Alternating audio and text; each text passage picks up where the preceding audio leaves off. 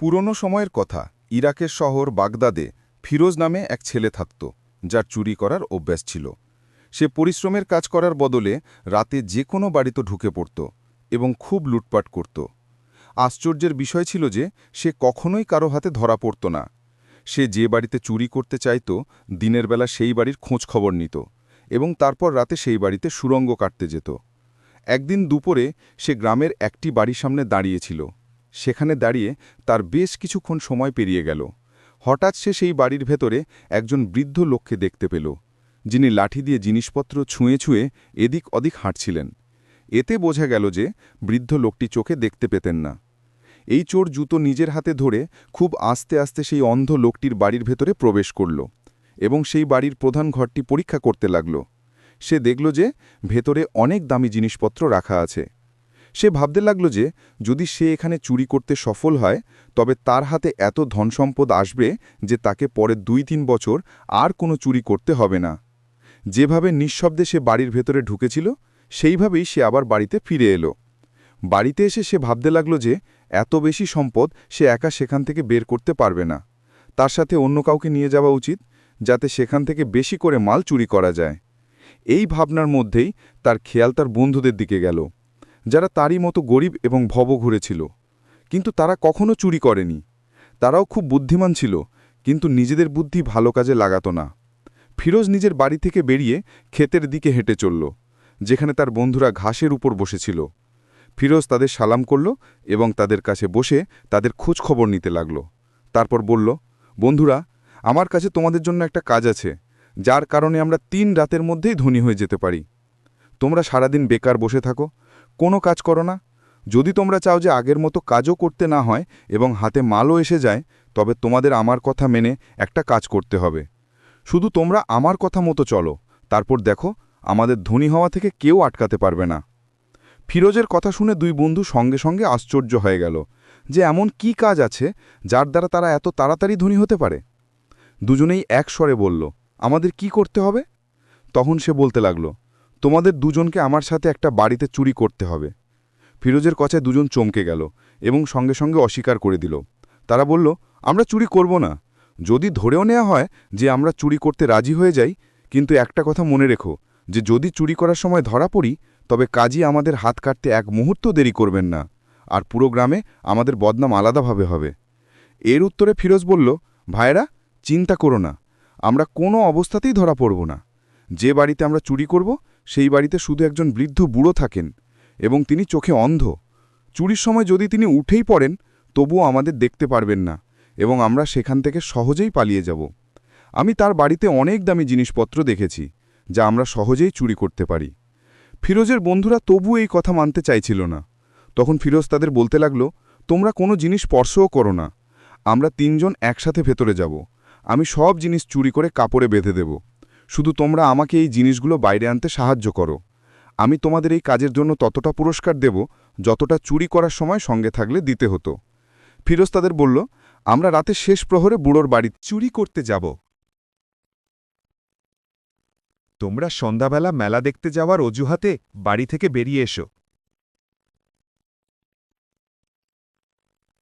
যখন রাত হল, তখন ২ বন্ধু মেলা দেখতে যাওয়ার অজুহাত করে বাড়ি থেকে বেরিয়ে এলো এবং সোজা ফিরোজের বাড়িতে পৌঁছাল। ফিরোজ আগেই তার বন্ধুদের জন্য অপেক্ষা করছিল। দরজায় ধাক্কা দিতেই সে তাড়াতাড়ি বাড়ি থেকে বেরিয়ে এলো এবং একসাথে সেই বৃদ্ধের বাড়ির দিকে হেঁটে চলল। বুড়োর বাড়ি পাশের মহল্লাতেই ছিল। কয়েক মিনিট হাঁটার পর তারা সেখানে পৌঁছাল। ৩ জন এক এক করে দেয়াল টপকাল এবং বাড়ির উঠোনে এসে পৌঁছাল। বৃদ্ধ লোকটা ভেতরের ঘর থেকে একটু দূরে একটা খাটে শুয়েছিল। তারা যখন বাড়িতে ঝাঁপ দিয়েছিল, তখনই তিনি তাদের আওয়াজ শুনতে পেয়েছিলেন, কিন্তু তিনি এমন ভান করলেন যেন তিনি অজ্ঞান হয়ে ঘুমিয়ে আছেন। বৃদ্ধকে ঘুমন্ত দেখে তারা ঘরে প্রবেশ করল এবং চুরি করতে ব্যস্ত হয়ে পড়ল। বৃদ্ধ চুপচারে উঠলেন এবং ঘরের দরজাটি বাইরে থেকে বন্ধ করে দিলেন। তিনি চিৎকার করলেন এবং আশেপাশের প্রতিবেশীদের জড়ো করলেন। বুড়োর আওয়াজ শুনে সাথে সাথে তার বাড়িতে ভিড় জমে গেল। তারা ৩ জন চোরকে ধরল এবং উঠোনে থাকা একটি গাছের সাথে বেঁধে দিল। পরের দিন সকালে তাদের কাজীর আদালতে পেশ করা হবে। হিসাম এবং তাবরেজ ফিরোজের দিকে তাকিয়ে বলতে লাগল, আমরা তোমার জন্যই এই জায়গায় বন্দী হয়েছি। যদি আমরা তোমার সাথ না দিতাম তবে এখানে আসতাম না। ফিরোজ তাদের বলল, আমরা কাজীর আদালতে কখনোই এটা স্বীকার করব না যে আসল চোর কে।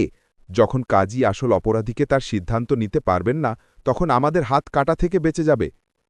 পরের দিন সকালে ৩ চোরকে কাজীর আদালতে পেশ করা হল। সেখানে উপস্থিত বৃদ্ধ লোকটি কাজীকে বলতে লাগল, আমি অন্ধ এবং আমার একটি ছেলে আছে যে ব্যবসার জন্য অন্য শহরে গেছে। আমি বাড়িতে একা ছিলাম। আমাকে একা পেয়ে এই ৩ জন আমার বাড়িতে ঢুকেছিল, কিন্তু ঈশ্বরের অন্য কিছুই মঞ্জুর ছিল। আমি আপনার কাছে অনুরোধ করছি যে এই ৩ জনের হাত কাটার ব্যবস্থা করুন, যাতে ভবিষ্যতে কোনো লোক চুরি করার আগে ১০০০ বার ভাবে। এবার কাজী এই চোরটাকে তাকিয়ে বলতে লাগল, তোমাদের নিজেদের সমর্থনে কিছু বলার আছে? তখন প্রত্যেক বন্ধু বলতে লাগল, আমি চোর নই। আমি এদের দুজনের কথায় এদের সাথে দিয়েছিলাম। ৩ বন্ধু একে অপরের উপরেই দোষ চাপাতে লাগল, যার কারণে কাজীর পক্ষেই সিদ্ধান্ত নেওয়া কঠিন হয়ে গেল যে আসল অপরাধী কে। বৃদ্ধটি আরও একবার কাজীকে বলল, এবার আমার কথা মেনে নিন এবং এই ৩ জনেরই হাত কেটে দিন। কিন্তু কাজী বলতে লাগল, এদের মধ্যে তো কেউ মানছেই না যে আসল চোর কে। প্রত্যেকেই অন্যের উপর দোষারোপ করছে। কাজী তখন কঠোর স্বরে তাদের বলল, তোমাদের মধ্যে যে চোর সে নিজের অপরাধ স্বীকার করে নাও, না হলে পরে ভালো হবে না। কাজী তাদের বোঝানোর জন্য সব রকম চেষ্টা করল, কিন্তু তারা যেমন ছিল তেমনই রইল। কাজী অসহায় হয়ে গেলেন। তিনি বুঝতে পারছিলেন না যে কিভাবে তাদের সাজা দেবেন। কাজী তাদের পরীক্ষা করার চেষ্টা করলেন। কাজী বাবুর্চিকে বললেন যে তাদের খাবার পরিবেশন করতে। প্রথমে ফিরোজকে মাংস পরিবেশন করা হলো।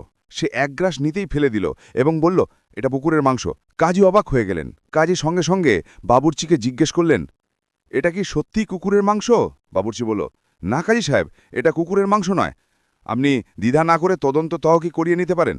কাজী সাথে সাথে সেই কসাইকে ডাকলেন, যার দোকান থেকে মাংস আনা হয়েছিল। কাজী কসাইকে জিজ্ঞেস করলেন, তুমি কি তোমার দোকানে কুকুরের মাংস বিক্রি করো? তুমি এর সস্তি পাবে। এটা শুনে কসাই ভয় পেয়ে গেল এবং বলতে লাগল, কাজী সাহেব, এটা ছাগলই ছিল। আসলে যখন এই ছাগলটি জন্ম নেয় তখন তার মা মারা গিয়েছিল। আমি তখন বুঝতে পারছিলাম না যে কিভাবে এটাকে মানুষ করব। একদিন এই ছাগলটি নিজে থেকেই একটা কুকুরের নিচে বসে দুধ খেতে লাগল। যখন আমি এই দৃশ্য দেখলাম তখন তাকে আটকালাম না। তারপর সে প্রতিদিন তারই দুধ খেতে লাগল এবং সেই কুকুরের দুধ পান করেই বড় হয়েছে। জাবান তার কিছু আচরণ কুকুরের মতো ছিল, হয়তো এই কারণেই তার মাংস থেকে কুকুরের গন্ধ আসছে। কাজী ফিরোজের জ্ঞান দেখে অবাক হয়ে গেলেন। এবার দ্বিতীয় বন্ধু হিসামকে দুধ পরিবেশন করা হলো। হিসাম দুধ পান করার আগে সেটা শোঁখে দেখল এবং পাশে রেখে দিল। সে বলল, আমি এই দুধ পান করতে পারব না। কাজী জিজ্ঞেস করলেন, এর কারণ কি? হিসাম বলতে লাগল, এই দুধ বিষাক্ত, এতে বিষ মেশানো হয়েছে, তাই আমি এটা পান করতে পারব না। কাজী আরও একবার বাবুর্চির দিকে তাকালেন এবং তাকে দুধ পরীক্ষা করতে বললেন। বাবুর্চি অন্য একটা পাত্রে দুধ ঢালল। যখন সে পুরো পাত্র খালি করল তখন তার ভেতরে একটা মারা যাওয়া টিকটিকি পড়েছিল। কাজী আরও একবার চমকে গেলেন। এবার তৃতীয় বন্ধু তাবরেজের পালা ছিল। তাকে ছোলা চানা পরিবেশন করা হলো, কিন্তু সেও খেতে অস্বীকার করল এবং বলল, এই ছোলা আগে কোনো ঘোড়া খেয়েছে এবং তার খাওয়া বাকি ছোলা এখন আমাকে পরিবেশন করা হয়েছে। কাজী অবাক হয়ে বাবুর্চির দিকে তাকালেন। বাবুর্চি বলতে লাগল, হয়তো এ সত্যি বলছে। গতকাল আমি আপনার ঘোড়াকে যে থলেতে ছোলা দিয়েছিলাম সেই থলেটা নিয়ে এসে বাবুর্চিখানায় রেখে দিয়েছিলাম। ওখানে আরও একটা থলে পড়েছিল। আমার মনে ছিল না যে আমি ঘোড়ার সামনে কোন থলেটা রেখেছিলাম। হয়তো আমি সেই থলে থেকেই ছোলা নিয়েছি যেখান থেকে ঘোড়া খেয়েছিল। এবার কাজী চিন্তায় পড়ে গেলেন। এই ৩ জনই খুব বুদ্ধিমান। এদের মধ্য থেকে আসল চোরকে ধরা খুব কঠিন। কাজী ৩ জনকে ধরে জেলখানায় ভরে দিলেন এবং বাড়ি এসে ভাবতে লাগলেন কিভাবে তিনি আসল চোরকে ধরবেন। কাজীর ছেলে তার কাছে বসেছিল। নিজের বাবাকে চিন্তায় ডুবে থাকতে দেখে সে জিজ্ঞেস করল, আব্বাজান, আপনি কি কারণে চিন্তিত? তখন কাজী তার সামনে পুরো ঘটনাটি খুলে বললেন। তখন কাজীর ছেলে বলতে লাগল, বাবাজান, একটা সুযোগ আমাকে দিয়ে দেখুন, হয়তো আমি আপনাকে আসল চোর খুঁজে দিতে পারব। কাজী নিজের ছেলেকে একটা সুযোগ দিলেন। পরের দিন সকালে আবার 3 বন্ধুকে কাজীর সামনে পেশ করা হলো। কাজীর ছেলে 3 জনের দিকে মনোযোগ দিয়ে দেখল এবং মুচকি হেসে বলল, আমি তোমাদের একটা গল্প শোনাতে চাই। কোনো এক শহরে এক মেয়ে তার স্বামীর সাথে থাকত। সে একটা চিঠি পেল, যাতে লেখা ছিল যে তার বাবা খুব অসুস্থ। তার স্বামীর কাছেও কোনো টাকা ছিল না। তখন সে তাদের মহিষ বিক্রি করে তার স্ত্রীকে টাকা দিল এবং তার বাবার কাছে রওনা করিয়ে দিল। পথে তাকে এক বদমাইশ লোক দেখতে পেল। মেয়েটিকে একা পেয়ে সে তার সম্মান লুট করার চেষ্টা করল, কিন্তু মেয়েটি কাঁদতে লাগল এবং তাকে বলল, ঈশ্বরের দোহাই, আমাকে যেতে দিন, আপনার বাড়িতেও নিশ্চয়ই মা বোন আছে। এই লোকটির মনে দয়া এলো এবং সে তাকে যেতে দিল। মেয়েটি সেই লোকটিকে ধন্যবাদ জানাল এবং তার যাত্রা চালিয়ে গেল।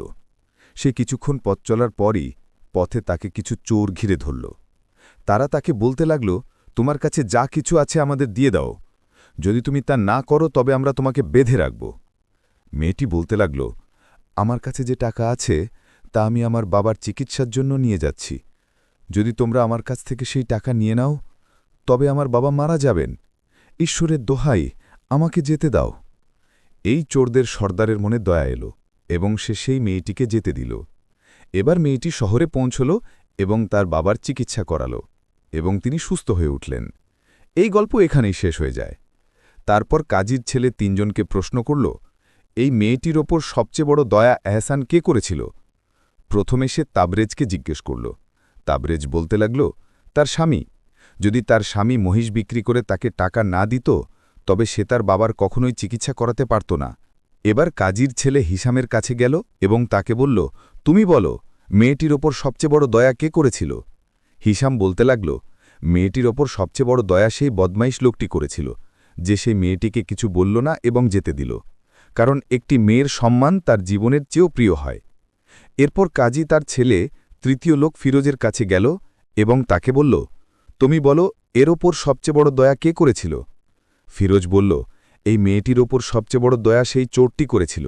যদি সেই চোরেরা সেই মেয়েটির কাছ থেকে সব মাল ছিনিয়ে নিত তবে সে তার বাবার কখনোই চিকিৎসা করাতে পারত না, তাই সবচেয়ে বড় দয়া চোর করেছে। এটা শুনে কাজীর ছেলে তার বাবাকে বলল, এই লোকটি আসল অপরাধী।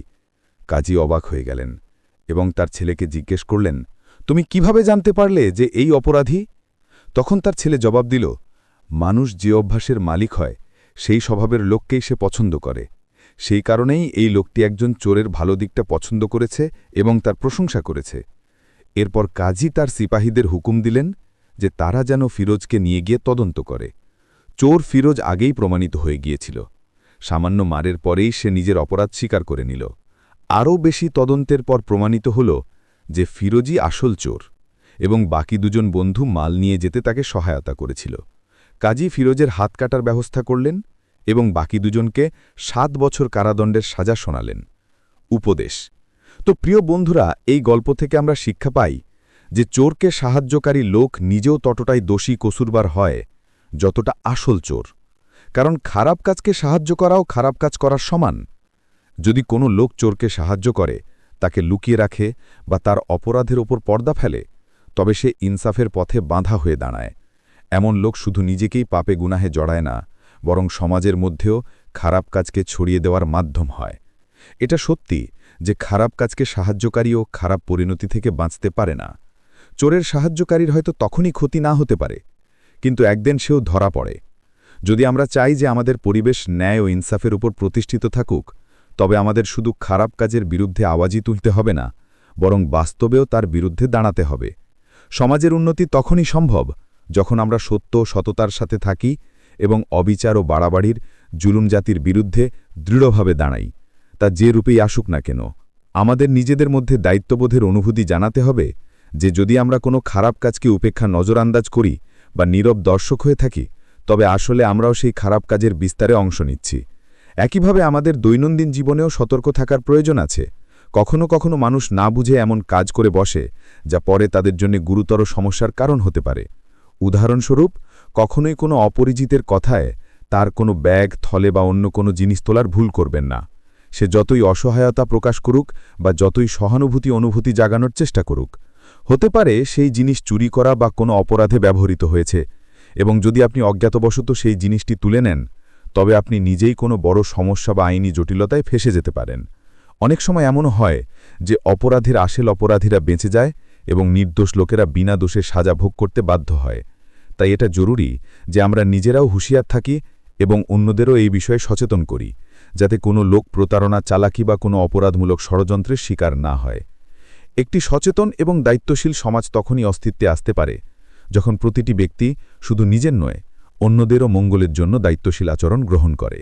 বন্ধুরা, এই গল্পটি আমাদের শেখায় যে মানুষের আসল সম্পদ ধন দৌলত নয়, বরং কৃতজ্ঞতা, ধৈর্য, সততা, দয়া ও আল্লাহর ওপর অটল ভরসা। গল্পের মুচি দরিদ্র হলেও তার মন ছিল সমৃদ্ধ। সে শুকনো রুটি খেয়েও আল্লাহর শুকরিয়া আদায় করত, পাখিদের খাবার দিত এবং বিশ্বাস করত যে আল্লাহ তার জন্য যথেষ্ট। যখন সব দরজা বন্ধ হয়ে গেল, তখন সে শুধু আল্লাহর দরজায় মাথা নত করল এবং আল্লাহ তাকে এমনভাবে সাহায্য করলেন যা তার কল্পনারও বাইরে ছিল। সে সততা, পরিশ্রম ও ভালোবাসা দিয়ে ধীরে ধীরে সফল হয়ে উঠল, কিন্তু কখনো অহংকার করেনি, বরং সে গরিব ও অসহায়দের পাশে দাঁড়িয়েছে। অন্যদিকে যে প্রতিবেশী ধনী ছিল, সে অহংকার করায় সব কিছু হারিয়ে অসহায় হয়ে গেল। এভাবে গল্পটি প্রমাণ করে যে সম্মান, অপমান, দান, সম্মান, ধন, সম্মান সব কিছুর মালিক একমাত্র আল্লাহ। তিনি যাকে চান সম্মানিত করেন, যাকে চান অপমানিত করেন।